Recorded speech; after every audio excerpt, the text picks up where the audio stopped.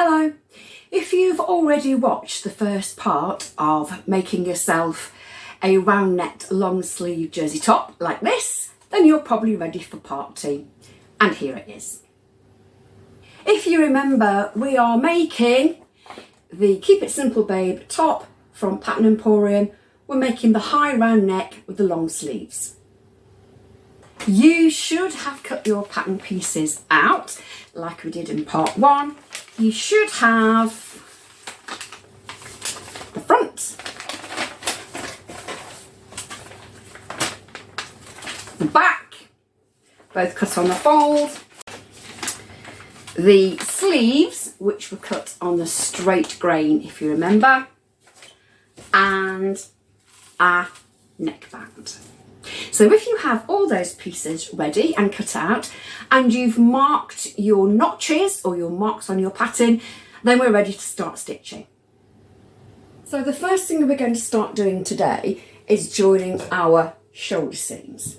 Now I've taken the pattern off the fabric that I've cut out. As you can see, I have a back piece. This is the right side of the fabric and this is the wrong side of the fabric. And I also have a front piece. And again, whoops, we have a right side and a wrong side of the fabric. So what I'm going to do, I'm going to lay my back piece so that it's right side facing upwards. And I'm going to pop the front piece onto it and match the shoulder seams. Again, with the right side facing down. So we're going to sew the pieces together with the right sides together. I'm going to pin these shoulder seams, so stay with me while I do that.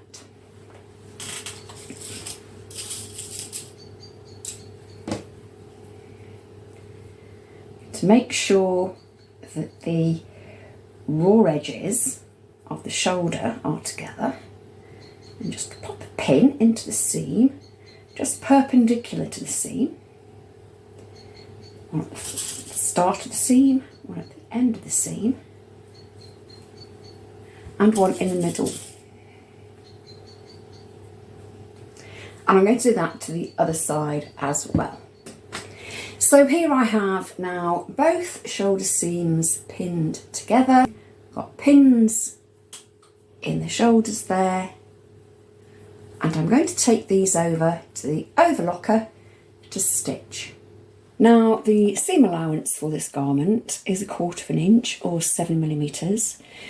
So on my overlocker I have a seam guide here. It's adjustable, and when the guide is flat against the plate here, that gives me 1/4 inch seam. So you need to check your own overlocker to make sure you know where the 1/4 inch or 7mm seam guide is, but for me it's here. I've already changed my overlocking thread to grey because I do like it to match, and I'm just going to overlock these two seams. You can't run over pins with the overlocker or you will damage your cutting blade, so you do have to take the pins out before you get to them.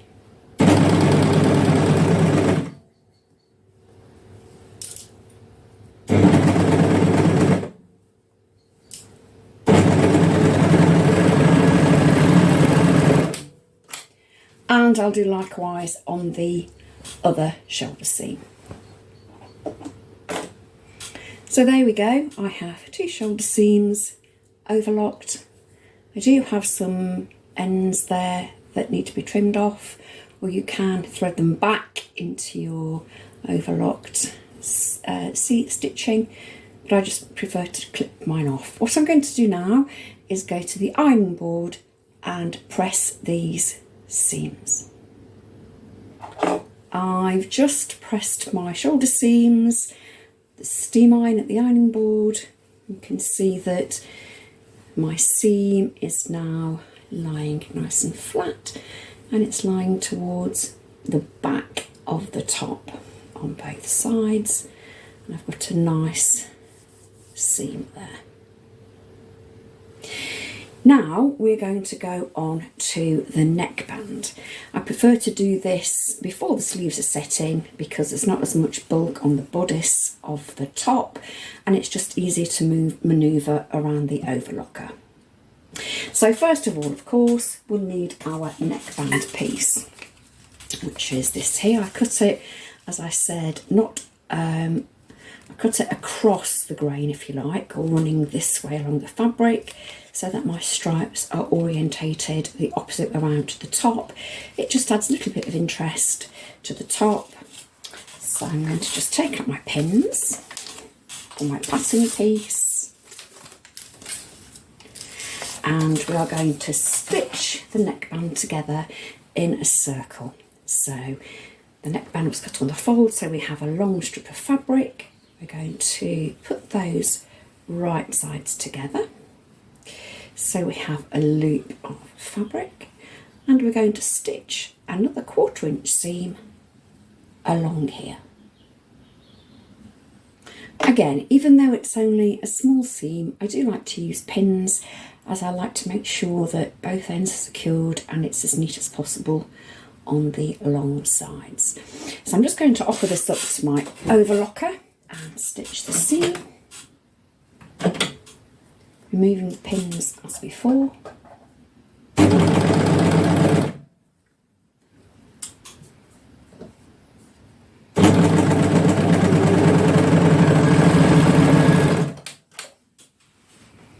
And there we have our sewn seam. I'm going to just trim these little bits off. I can do this because the band is going to be stitched on and those edges will be stitched over, so there's no reason why they should come undone. What I'm going to do before I press this seam, however, is that if we press our seam in one go like that, so it's all over to one side, when our neckband's folded over it could be quite bulky. So what I like to do is find the middle of the seam just by pressing my finger on it. There should be a little kind of line or fold there. Just take my scissors and snip into it, so I cut into it, but I don't snip directly into the stitching. I can snip the overlocking stitch, but not the stitching that's holding it together. And what I'm going to do is press one part of the seam downwards and one part upwards, so that when the neckband is folded over wrong sides together to form the neckband, they will be in opposite directions and they won't add bulk to my neckband. So I'm just going to take this over to the ironing board and I'll pop back and show you how it's all worked out in a second. Okay, here's our seam. As you can see, I've pressed one part of the seam down and the other up, so they're facing in opposite directions. Now, to make this loop into a neckband, the next thing I'm going to do is press the neckband at the ironing board, and I'm going to press it so that the raw edges, the long raw edges, come together, and I'm going to press the folded long edge.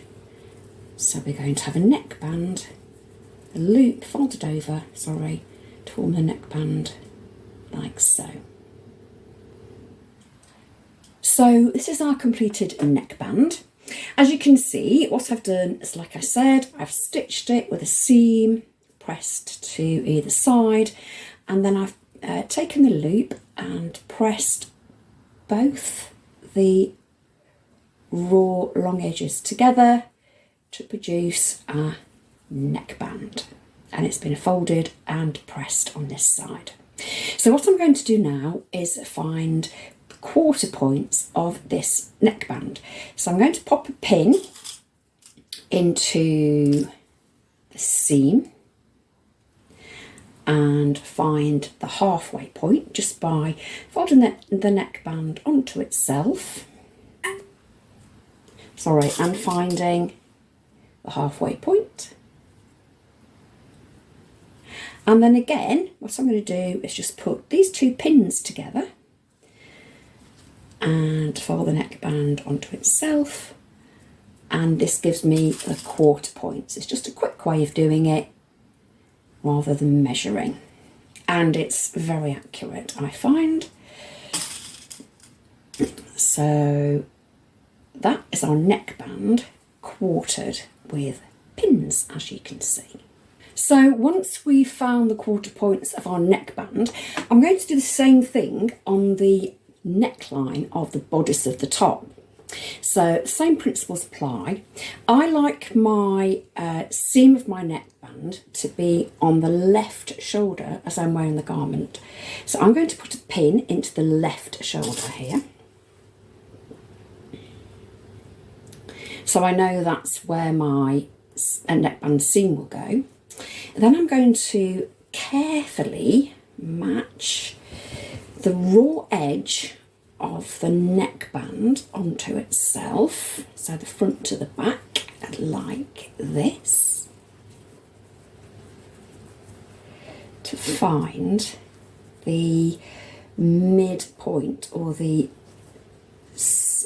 halfway point of the bodice, of the neckband, sorry, the neckline of the bodice. So I'm just going to, and it won't be on the exact opposite shoulder seam. It's going to be a little bit towards the front, because the front neck is deeper than the back neck. So I'm going to mark that with a pin. As you can see, it is actually a little bit further forward than the opposite shoulder seam. And then I'm going to do exactly like I did on the neckband itself and match the 2 pins together to find the 1/4 points.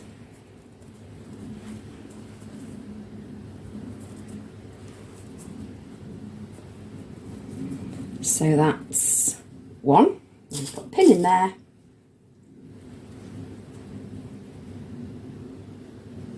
And the same on the other side.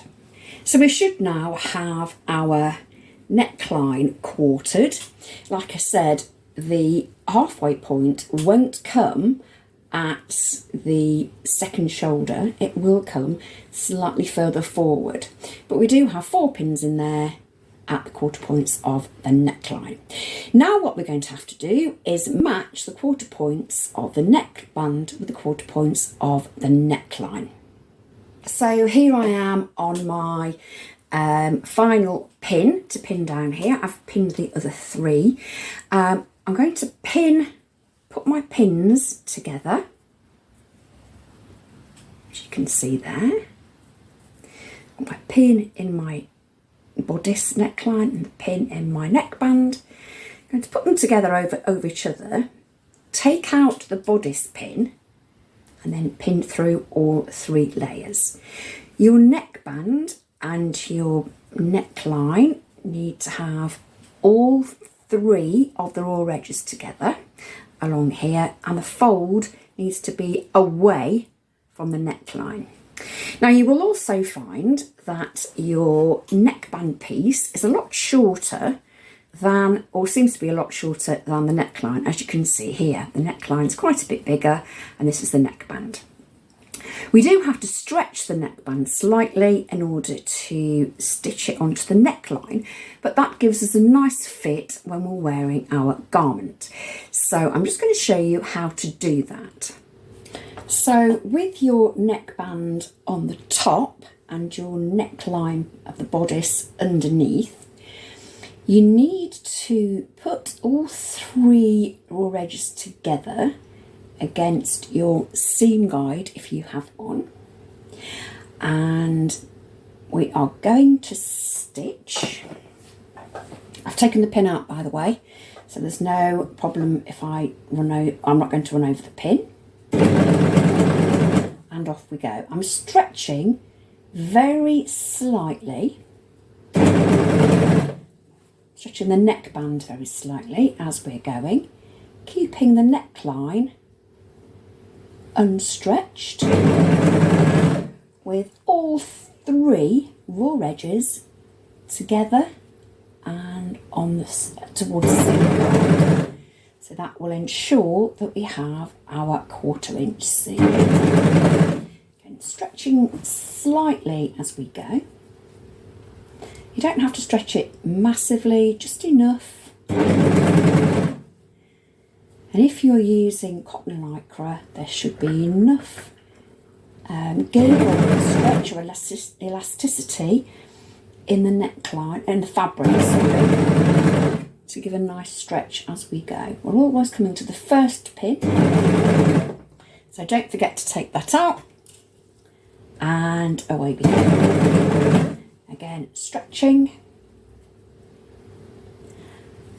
the neckband slightly, and I'll meet you when we've been all the way around the neckband. Now, as we're coming around to where we started stitching our neckband on, we're just going to go right up to the stitching, again stretching the neckband, and then go slightly over the stitching and then off the edge, like so, onto the stitching and off the edge, and then clip your stitching, and your neckband should be nicely attached to your garment. What I'm going to do now is take this over to the ironing board, and I'm going to press the neckline seam. I'm going to press on one side and the other side. Then I'm going to flick the seam downwards and press, and then press on the right side of the garment. And I'll see you back at the overlocker when I've done it. Okay, so I've just pressed my neckline seam, and as you can see, it is sitting really nicely. It's been pressed, the seam has been pressed down towards the bodice, and I've given that a really good press, so it's nice and flat. Now, I don't know if you can see, but on my top that I'm wearing, which is also a Keep It Simple Babe top, I've got a very, or a line of stitching that's very close to the neckband itself, and that helps to keep the seam down and sitting nicely when I'm wearing the top. So what I'm going to do is go over to the sewing machine and show you exactly how I do this on this top. So I'm now at my sewing machine, which is a little bit more difficult to see, but I've got on my zipper foot, and I've got my stitch length set to about 3.2. What I'm going to do is find the start of my neckband at the seam and the shoulder seam, and I'm going to put this onto the machine.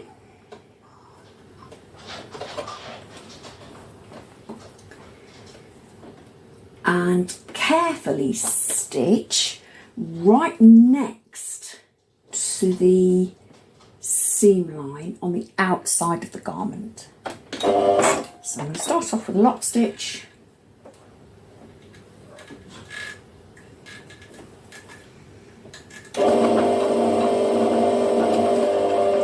and then just follow the neckline around.